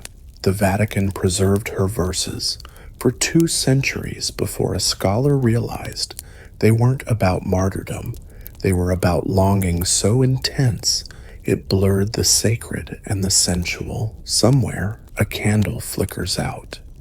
You take it as your signal. The time has come to go to the lion statue, and as you walk quietly through the stone halls, boots soft against the chill flagstones, you carry her words like a charm against the cold. Because in this world, language is your rebellion, and rhyme your weapon of choice. The shutters creak softly as you tilt them open just an inch, no more. The sliver of moonlight slips through the gap and spills across the stone floor. You don't need to look out. This gesture isn't about seeing. It's about being seen, because that's the message. A shutter opened halfway at night means I'm awake. A shutter opened 2 fingers wide means come now. A shutter closed too early. That's the one that makes your stomach drop danger. Tonight the signal is subtle. 1 inch, lit from within. She'll see it from the garden wall. Window shutters weren't designed for communication. They were for warmth, for privacy, for keeping the damp air and village gossip out. But medieval lovers repurposed what they could. And when your world is built from stone, and silence wood becomes your language. Across the courtyard you know she's watching. Her room sits above the apothecary, where the herbs dry and the bees buzz in the spring. You've counted the bricks. You've mapped every angle. If she leans just right like she is now, she'll see your signal clear as dawn. Historians rarely talk about shutter signals, though one 15th century text on household etiquette vaguely warns against ladies leaning too long at nightfall, lest the shutters say what lips may not. That line alone kept you grinning for a week. She used to open hers all the way back when things were simpler. You once wrote her name in flour on your windowsill. She opened her shutters wide and traced it with her finger across the gap. That was the night you dared to throw the cherry blossom up to her. It missed and hit the milkmaid. You didn't try again. Now the game is tighter, precise. You leave the candle low so only someone watching carefully would notice the flicker. That's how she knows it's meant for her. In return, she gives you a response that only you would catch. The lace curtain shifts, not with wind, but from her hand. A soft tug. Pause. Another tug. 2 tugs mean I'm alone. 3 would mean I'm not. You exhale. You once spent an entire week misreading the code. She was signaling, "Don't come," and you read, "I'm desperate." That was the night you were nearly caught in the cloister hall with your boots on the wrong feet and your excuse in Latin. There's a tale of a merchant's son who fell for a scribe's daughter. They spent months exchanging signals from window to window, books left in panes, candles flickering in prime-numbered intervals. When the son was sent away, the daughter left her shutter open for a month. He returned when it rained just to see if she still left it ajar. She had. Tonight the silence between you both is enough. You leave the shutter open a little longer, then slowly close it quietly, firmly. The message, "It's time. Go now. I'll follow when it's safe." She'll make her way through the garden path, veiled in shadows. You'll meet by the fountain where the moss glows under moonlight and the gargoyle drips endlessly from its mouth. You'll say nothing, not at first, just breath and hands and eyes full of unspoken things. Tomorrow the shutters will stay closed, but tonight they told the truth. You bite into the pomegranate slowly, letting the juice stain your lips, your tongue, the edge of your sleeve. From the outside, it's just fruit, a luxury, a sign of status. But to you, this one tastes like a secret, because this isn't any pomegranate. This one was hers. And inside, beneath the seeds, folded in waxed linen and wrapped between the membrane layers, is a note. You saw her slip it into the fruit earlier today when no one was looking.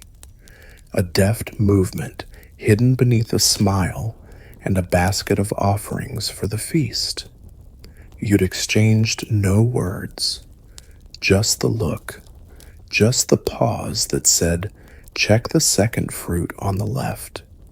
Now in your chamber, your hands are sticky with juice as you peel apart the red-stained parcel. Your heart pounds as the parchment unfolds. The ink is smudged at the corners, but still legible. At Moon's Peak, the South Tower. Bring only silence. Trust no one wearing green. You swallow not the fruit, but the lump of dread and desire caught in your throat. Food was never just food, not in love, not in war. In medieval courts, everything edible could become a vessel. Letters hidden in hollowed apples, sigils burned into crusts, riddles written in sugared syrup on cakes.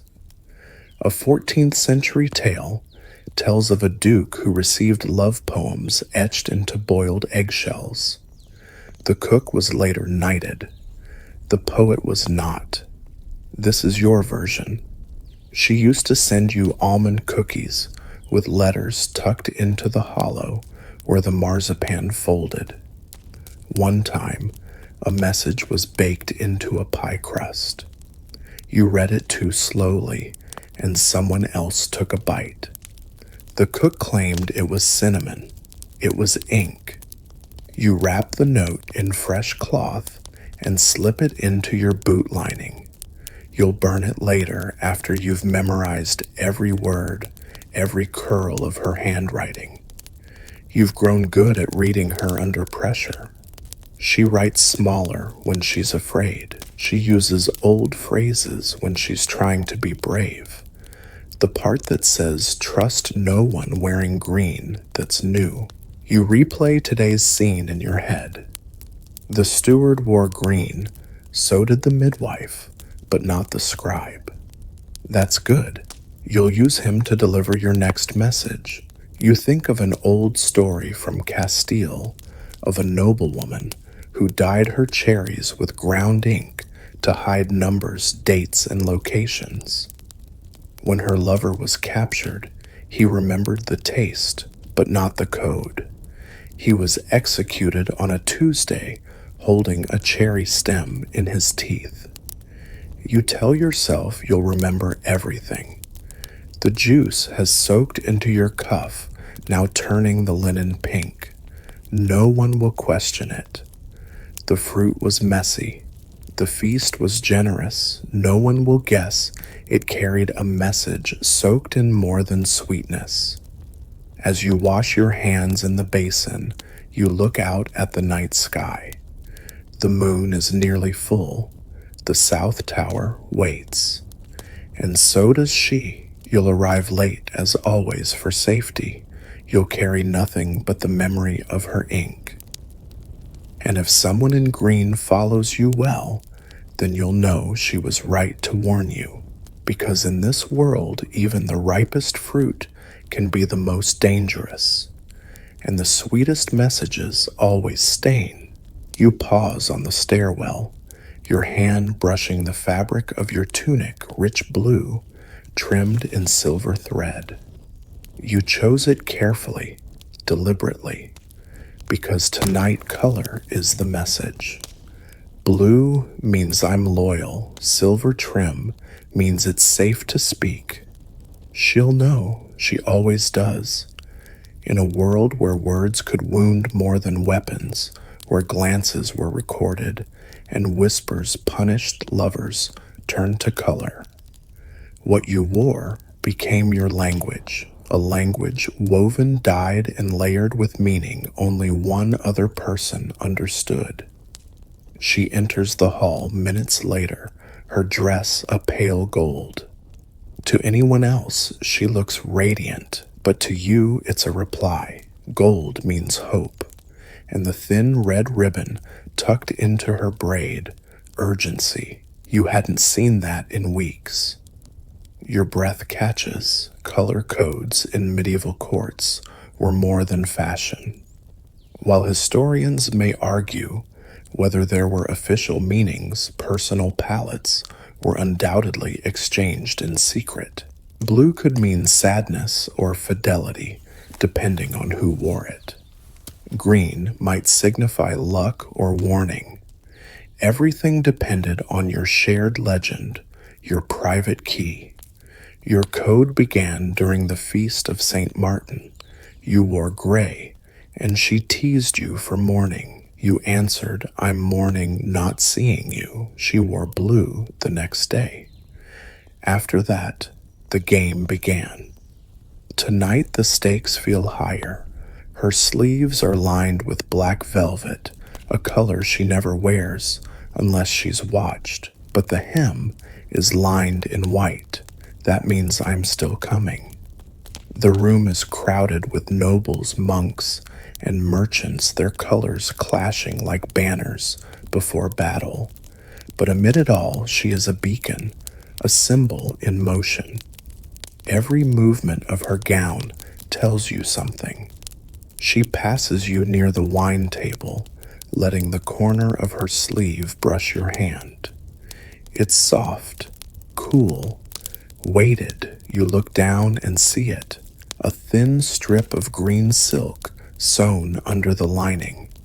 Green again. That's no accident. She's reminding you of her earlier warning, trust no one in green. Your heart pounds. Someone's watching. You move toward the corridor, trailing your fingers along the wall. You make sure your cloak drapes to reveal the patch of red inside your own code. I understand. I'll act. You think of an old story from Aquitaine. A pair of lovers used flower-dyed scarves to signal each other during the plague, when touching or speaking could mean death. One day, she wore violet farewell, but he returned anyway. They say he wore white until he died, and she never wore color again. Tonight, you refuse farewell. You retreat to the chapel cloister, where the stone glows orange from torchlight. She'll follow in time. She always finds a way. You wait beside the marble font, tracing circles on the rim with one damp fingertip. Your sleeve tugs slightly, and you see a sliver of yellow thread from your inner seam. Forgotten. You tug it loose, then tie it into your belt. Yellow patience. A message for yourself, maybe. Or a prayer. When she appears, there's no smile. Just a meeting of eyes, a tilt of her head, a breath shared in silence. Her gold dress sways as she walks. Your blue cloak rises as you stand. Together, your colors blend. And for a few stolen moments, the world becomes a message no one else can read. The book is old vellum pages, curled at the edges, binding cracked the smell of dust, and candle wax rising as you open it. She said it was a copy of Boethius, something to expand your soul. But the real reason she gave it to you is tucked just inside the spine. You tilt the book gently and watch as a folded piece of parchment slips free, nestled between gatherings of pages like a secret thought. You smile. She's done it again. This is her favorite trick, the borrowed book that's never meant to be returned. Or, if returned, never quite the same. You unfold the note. It's short this time. The tower stair creaks at the fourth step. Skip it. I'll leave the door open. There's a sketch in the corner, her version of the hawk you carved into the stable beam months ago. A callback, a confirmation. You're both still playing. In the Middle Ages, books were precious. Monks copied them by hand, and most households might own only one or two often religious texts. But in noble circles, a personal library became a stage. Lovers borrowed books, with bookmarks tucked deep inside letters pasted to the back cover, initials scratched faintly into the margins. Historians have noted glosses, tiny notes, written beside the Latin that seem unusually affectionate. One prayer book even contained a full love letter hidden in the flyleaf, written in Greek. The scholar who found it thought it was a riddle. Perhaps it was. You think of the last book she lent you. It looked innocent, but in the inside flap, she had underlined certain words in faded ink. You pieced them together. I want to be where your voice lives. You couldn't sleep for 2 days. This book is different. There are no underlined words, no smuggled flower petals between pages. Just the one note hidden in the spine. She must be rushed or watched, which means time is short. You slide the parchment back into its hiding place and wrap the book in cloth. To anyone who sees you in the corridor, you'll just look like a devoted reader. The student, the scholar. But beneath your calm is a storm of planning, when to go, what to wear, how to avoid the fourth step on the tower stairs. The last time you misread her code, a knight nearly caught you slipping past the vestry. You played it off as drunken wandering. He laughed. You did not. You think of the story of a countess who hid a map inside the spine of a book of psalms. The map led her lover through a labyrinthine crypt beneath the castle chapel. He emerged in the queen's garden, muddy and shaking. She met him anyway. Some say the map is still there, bound in leather and sleeping on a forgotten shelf. You whisper her name just once, just to feel it. Later tonight, you'll skip the fourth step. You'll press open the door she left ajar, and you'll leave behind your own message, perhaps scratched into the wood of her writing desk, or tucked beneath her pillow, another borrowed book, this time with no title, and a rose pressed flat between page 26 and 27. She'll understand, because in this world where words are dangerous and pages are weapons books, become the only place two people can live together undisturbed. The courtyard is bustling vendors, unloading baskets, dogs barking chickens, darting between boot steps. You blend in, as always. A hood up a slow walk, eyes on the stalls. You pause at the turnip cart, not because you want one, but because she always chooses turnips. It's ridiculous. It's perfect. She arrives moments later as planned, but never acknowledged. She wears brown today, with a faded green sash that means I'm listening. She doesn't look at you, doesn't need to. Instead, she examines the carrots with far too much interest, then gestures to the beets. You know it's a cue. These aren't vegetables, they're metaphors. Movement, meaning. This is the marketplace method, your most public and perhaps your most thrilling code. Markets in medieval towns were chaotic, noisy, dense with smells and bodies and shouting. But that very chaos is what makes them ideal for messages. In this crowd, a handbrush could be accidental. A dropped basket might mean follow me. A purchase from the honey stall could mean I forgive you. Today, her purchase is apples, small firm ones. You know what that means. Tonight, the orchard wall, you select a turnip and place it gently in your satchel. No coin is exchanged. The vendor frowns, then sees your ring and steps back. You're expected here, but not in the way they think. She steps away, leaving a bundle of herbs on the stone. You count to 5, then walk past and scoop it up.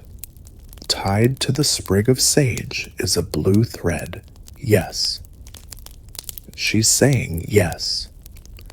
Historians note the presence of lovers in markets only rarely, usually as scandal or punishment. But there are whispers in court records of young men accused of conspiring near root stalls or women who met too often by the barley. One poem speaks of a cabbage kiss beneath the coinless sky. No one knows what that means. You do. The first time you met here, she was pretending to be a merchant's niece. You pretended to care about onions. She asked what you were cooking. You said a lie. She smiled. You've been telling lies together ever since. She rounds the far side of the fountain, now her back to you. The hem of her gown lifts slightly in the breeze, just enough to reveal a flash of embroidered ivy, your private symbol shared only once before. That ivy says, "Don't be late." You nod slightly, though she cannot see it. Later, you'll return here and leave a lemon by the well. She'll know you're angry, but that you came anyway. There's a tale of a tanner's daughter who sold apples to only one man. Every Tuesday for 7 years, they met at the barley stall. No one suspected when he died, she buried one apple beside him, wrapped in a letter that said, "I waited every week, and I'd wait again." It was found unopened. The letter knocked the apple. You finish your lap of the market. You buy nothing else. You're full already with tension, with hope, with longing. By nightfall, you'll meet her by the orchard wall, where the wind carries the scent of cinnamon and risk. And tomorrow, maybe you'll both need turnips again.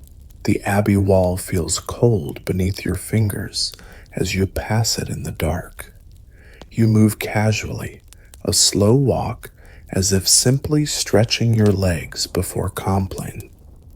But your hand brushes the stone just a little too purposefully. You're not here for fresh air. You're here for the chalk mark. There it is, faint, but visible in the moonlight. A curved line with a small cross through it. Her symbol for go left at the cloister fountain, then wait. It will be gone by morning.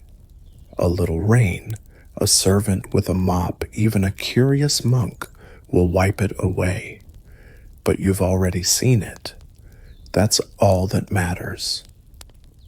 Wall markings were an ancient language, older than love letters, and longer lasting than whispers. In the medieval world, walls weren't just barriers. They were bulletin boards, secret journals. If you knew what to look for, you crouch slightly and leave your reply just beside hers, a circle with a line through the center.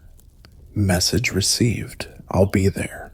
Historians acknowledge graffiti across castles and churches, but few consider them anything more than doodles or devotionals.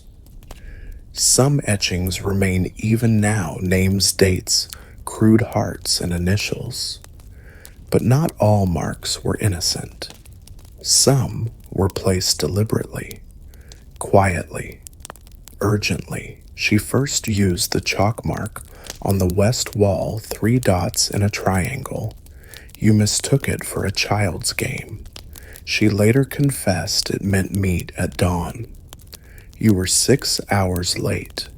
She didn't speak to you for days. You've improved since. Now the two of you have an entire symbolic language chalked across ancient stone. Curves mean movement. Dashes mean delay. Stars mean danger. And the rare square with a dot that means never again. She's never used that one. Tonight the path takes you through the kitchen yard and past the herb garden. At the wall behind the statue of St. Jude, your usual meeting spot, you find another mark and arrow pointing down. Beneath it, in the grass, is a folded cloth. You unwrap it slowly, fingers trembling. Inside is a key, and another mark scratched in haste onto the linen, plus. She's asking you to make a choice. You stare at it for a long time. No letter, no note, just the symbol. But you know what it means. The cross is for devotion, the X for escape. You tuck the cloth into your cloak and slip the key into your belt.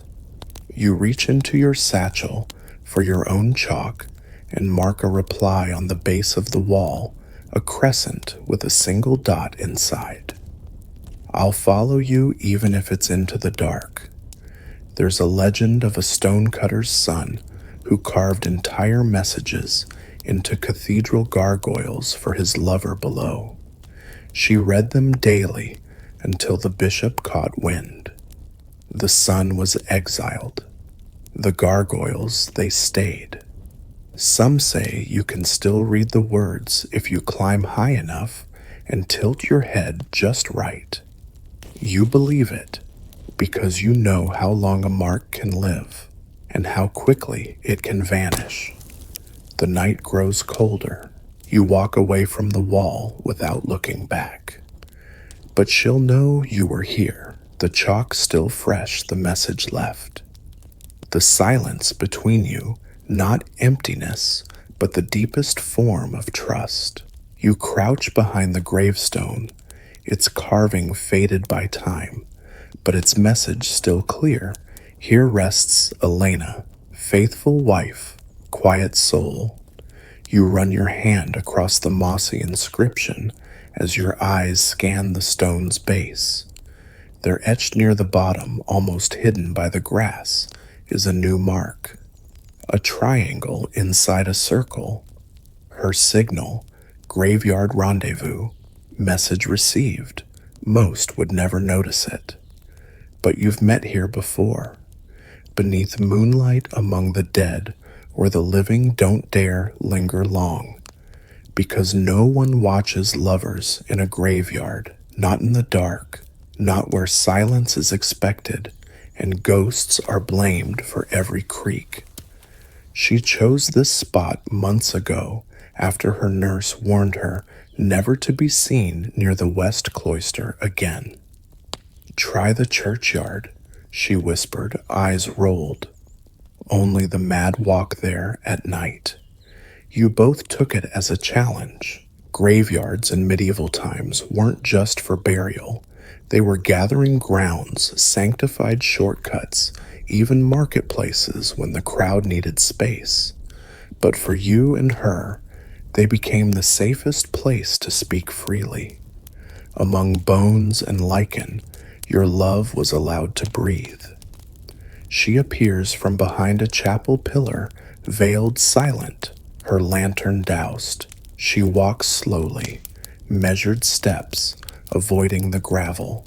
Her foot touches the plot beside yours, and she kneels without a word as if in prayer. You kneel beside her, hands close, but not touching. You read her lips as she whispers, "Behind the crypt, I left something." You nod. "Speak only once, I brought ink."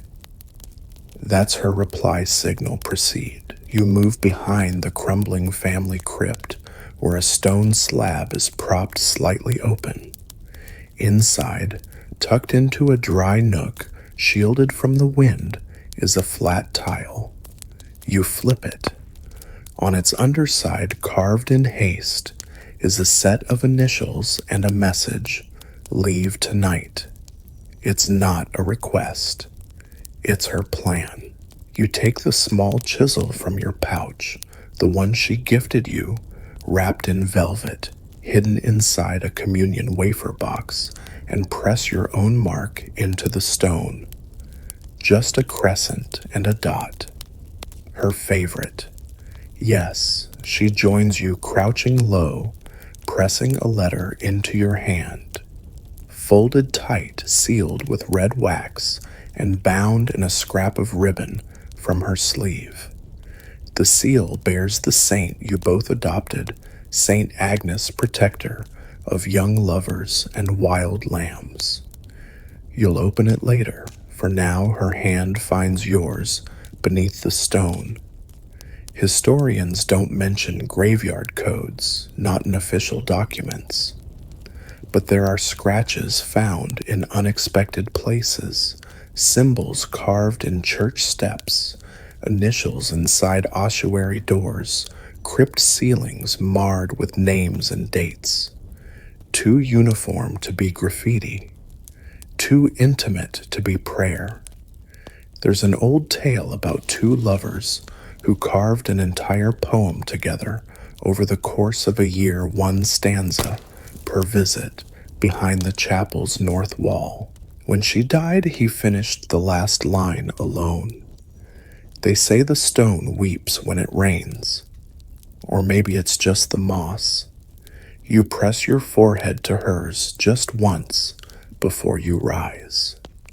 She remains kneeling as if still deep in prayer. When the sexton passes, in the next few minutes, he'll see nothing but a grieving girl and a shadow slipping away. You disappear into the trees behind the cemetery, her message burning against your palm, her initials freshly carved in stone. And for now, among the dead, your love still lives. You trace your fingers over the last stone, just one more mark, one more symbol in a long chain of secrets. You don't need her signal tonight. You already know, because tonight is the end. You wait in the orchard beneath the moon, the branches still dripping from afternoon rain. The air smells of damp leaves and memory. In the silence, you hear its soft footsteps, a breath, the rustle of wool. She's here. No costumes, no codes, no careful messages.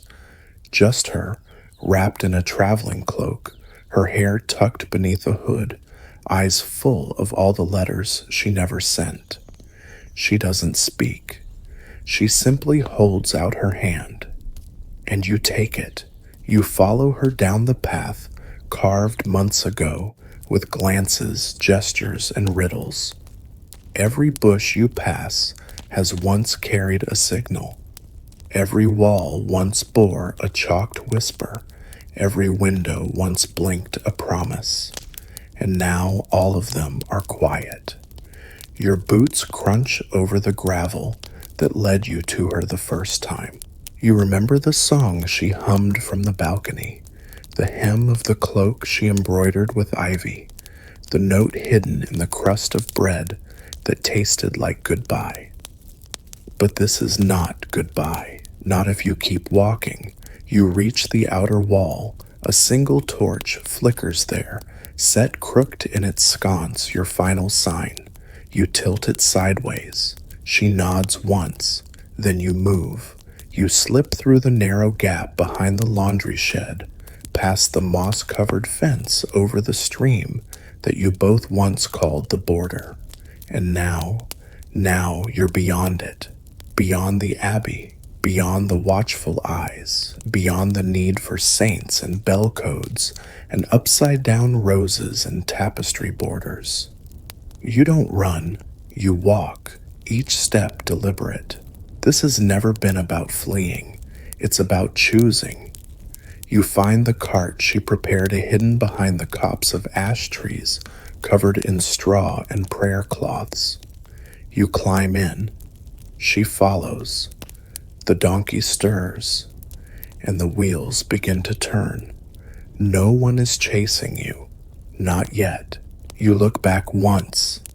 The chapel towers above the orchard, silent and still. You wonder if someone will notice the shutter left half open, the chalk mark still faintly visible on the cloister wall, the scarf she wrapped around the torch base, green, gold, and red. Yes, hope. Now you turn back to the road. This is no longer a game of messages. This is the message, the story, the echo that might live on in some forgotten stanza, some carved heart in the back of a pew. Because lovers in your time were not given freedom, but they carved it, stitched it, whistled it, hid it in fruit, sang it in minor keys, and when that wasn't enough, they stole it. Together. And you answered every sign, and she met you every time. Wind down 300 words. The wheels of the cart creak softly as the night stretches long and quiet around you. The trees blur past under the soft shimmer of starlight, and the air begins to cool.